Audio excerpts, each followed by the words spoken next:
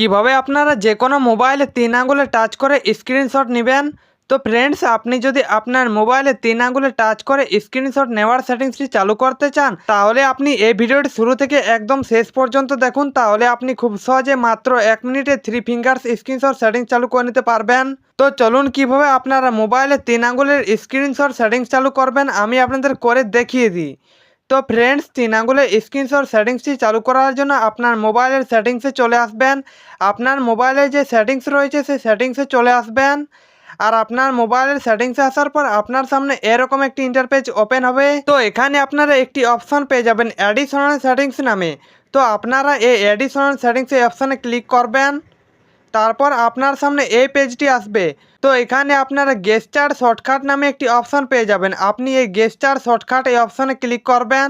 তারপর এখান থেকে টেক এ স্ক্রিনশট এই অপশানটি পাবেন। এই টেক এ স্ক্রিনশট এই অপশানে ক্লিক করে দিবেন। তাহলে দেখুন আমাদের মোবাইল 3 ফিঙ্গার স্ক্রিনশট সেটিংসটি করার অপশানটি চলে এসেছে। তো এখান থেকে আপনার স্লাইড 3 ফিঙ্গার্স ডাউন এই অপশানটিকে ইনেবল করে দেবেন। তাহলে আপনার মোবাইলে 3 ফিঙ্গার স্ক্রিনশট সেটিংসটি চালু হয়ে যাবে। তো এভাবে করে আপনারা খুব সহজে মাত্র 1 মিনিটে আপনার মোবাইলে 3 আঙুলে টাচ করে স্ক্রিনশট নেওয়ার সেটিংসটি চালু করতে পারবেন। তো ফ্রেন্ডস, এই ছিল আজকের ভিডিও। আজকের এই ভিডিওটি দেখে যদি আপনার একটু উপকার হয়ে থাকে তাহলে ভিডিওটি থেকে লাইক করে দেবেন। আর চ্যানেল নতুন হয়ে থাকলে চ্যানেলটিকে অবশ্যই সাবস্ক্রাইব করে দেবেন।